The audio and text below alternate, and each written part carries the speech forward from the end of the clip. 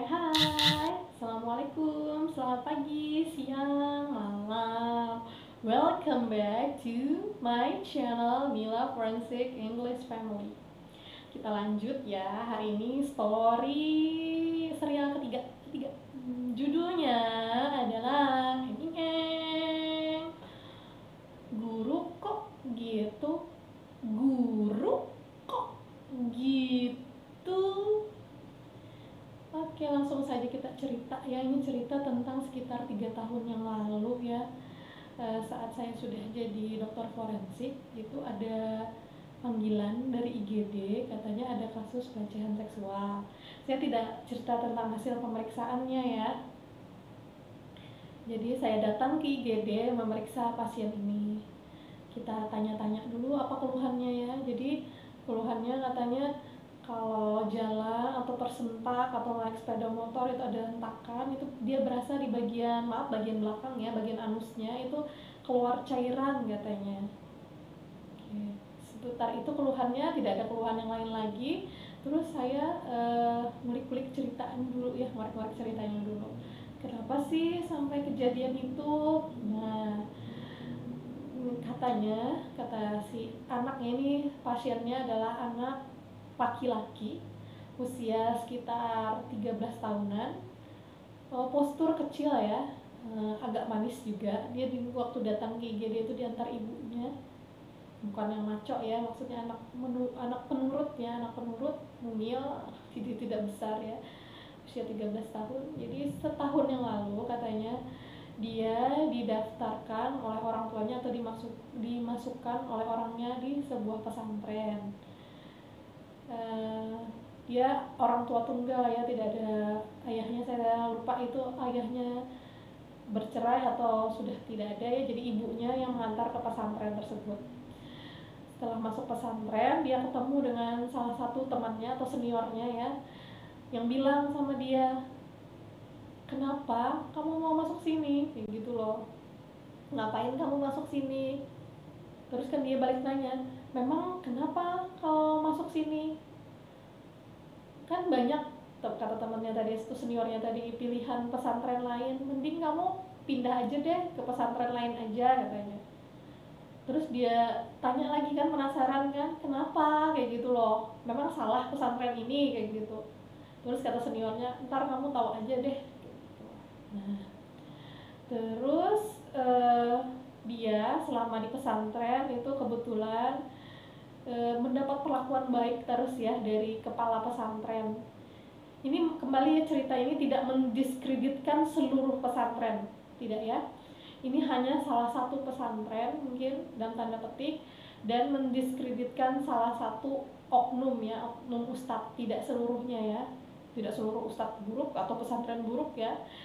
Dalam artian di sini kita pesannya yang di sini adalah hati-hati dalam menyekolahkan anak, selalu jaga anak kita dan selalu berdoa. Tingkat jagaan kita kan, kehati-hatian kita ini juga ada batasannya.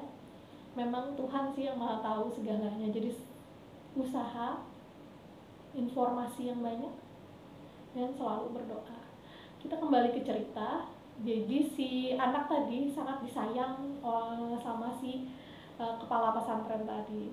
Kemana-mana pengajian diajak beliau, diajak makan, bahkan dipinjamin sepeda motor, biar bisa katanya pulang pergi entah kemana atau pulang ke rumah lebih mudah, dipinjamin sepeda motor.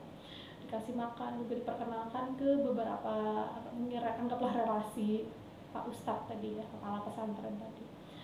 Sampai suatu ketika si anak tadi ketika bangun mau sholat subuh ya, dia mendapati dirinya dalam kondisi yang, maaf ya dalam tanda petik, tidak berpakaian sama sekali, dan mungkin agak lengket-lengket atau basah ya badannya, yang aneh kayak gitu loh.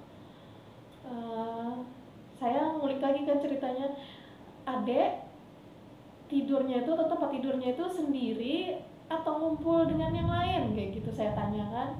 Terus jawab adek tadi, katanya ngumpul dengan yang lain, sesama santri kah, kata saya kan. Tidak, katanya dengan ustadz-ustadz. Nah, itulah jadinya. Jadi itu hari pertama seperti itu kan, dia merasakan penuh tanda tanya, kok kondisi saya seperti ini ya ketika bangun tidur, aneh kayak gitu.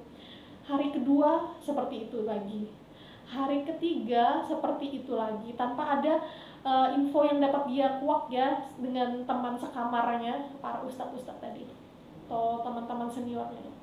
Kalau nggak salah sampai hari keempat, sampai dia semakin penasaran ya. Terus hari kelima dia bertekad, dia pura-pura tidur pada malam ini. Dia kan tidak akan tidur sama sekali, pura-pura tidur aja. Sampai suatu malam dia merasa dirinya digendong ya, bopong, dibawa ke kamar. Tapi dia merasakan tidak berdaya ya, dibopong itu sampai masuk ke kamar itu, tapi dia akhirnya sadar, dia membuka mata, ternyata si kepala pesantren tadi yang ngajak dia ke kamar tadi dan berusaha menggauli dia. Rupanya selama ini adalah si kelakuan kepala pesantren tadi. Terus dia berontak, kabur, dan berhasil kabur ya. Dia ke tempat, ceritanya tuh ke tempat neneknya kalau nggak salah. Itu dicari mungkin di pesantrennya, dicari juga oleh ibunya, sampai terakhir dia melaporkan diri ke ibunya, periksa juga ke puskesmas. Tapi sayangnya ke tempat saya itu sudah setahun kejadian ya.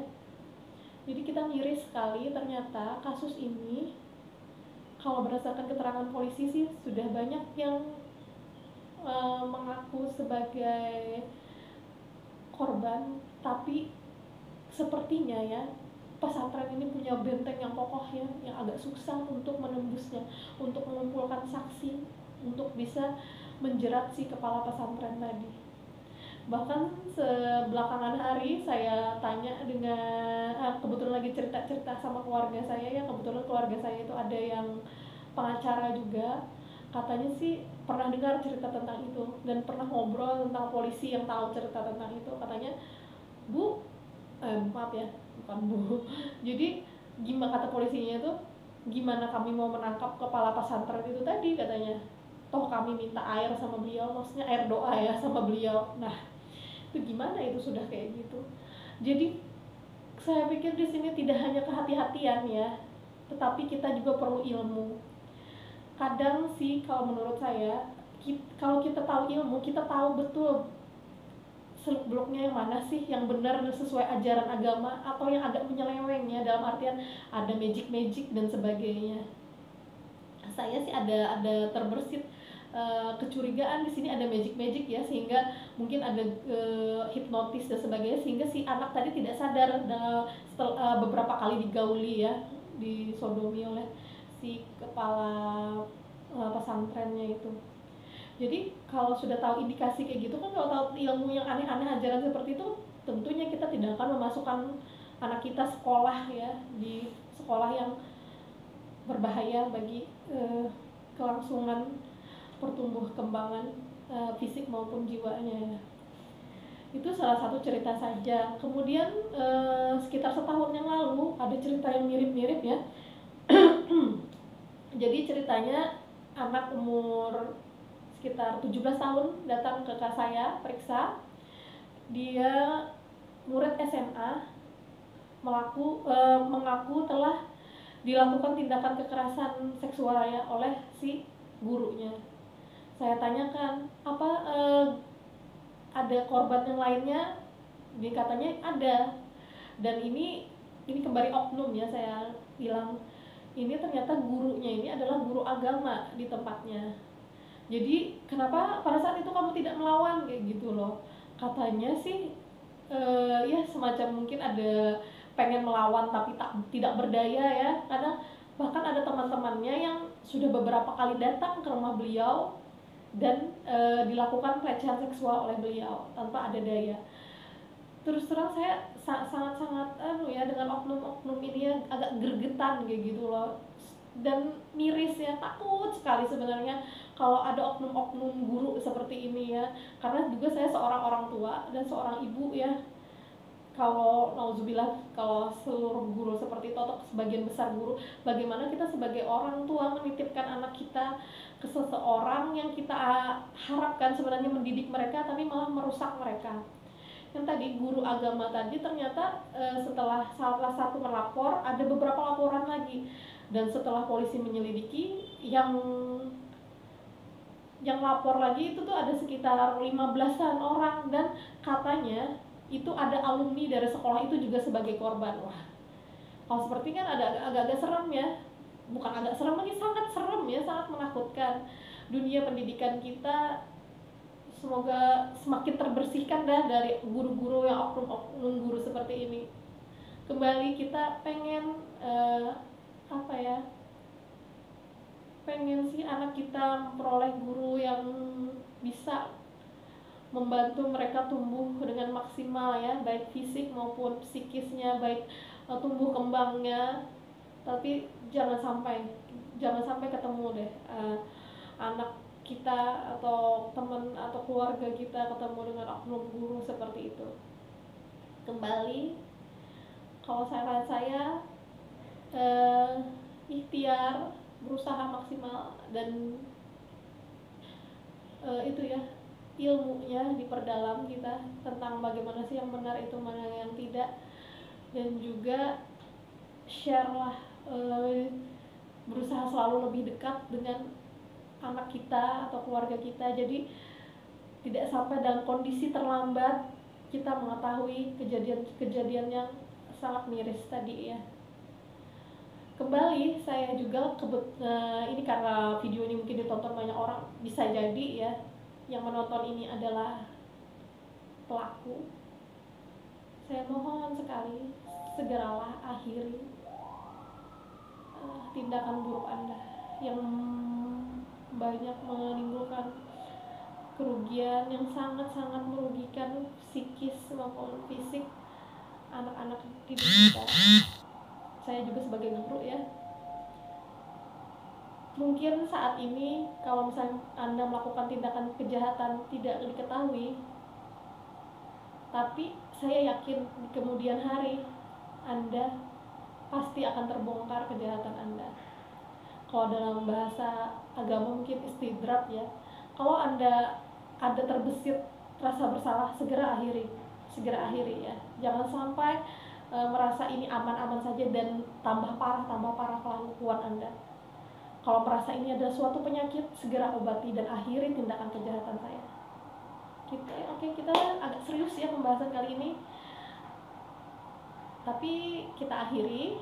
Kembali kita koreksi diri dan berusaha juga menyehatkan tidak hanya diri dan lingkungan keluarga, tetapi juga lingkungan sekitar kita. Oke, assalamualaikum warahmatullahi wabarakatuh. Selamat pagi, siang, malam. Ketemu lagi dalam episode berikutnya bersama Nila Forensic English Family.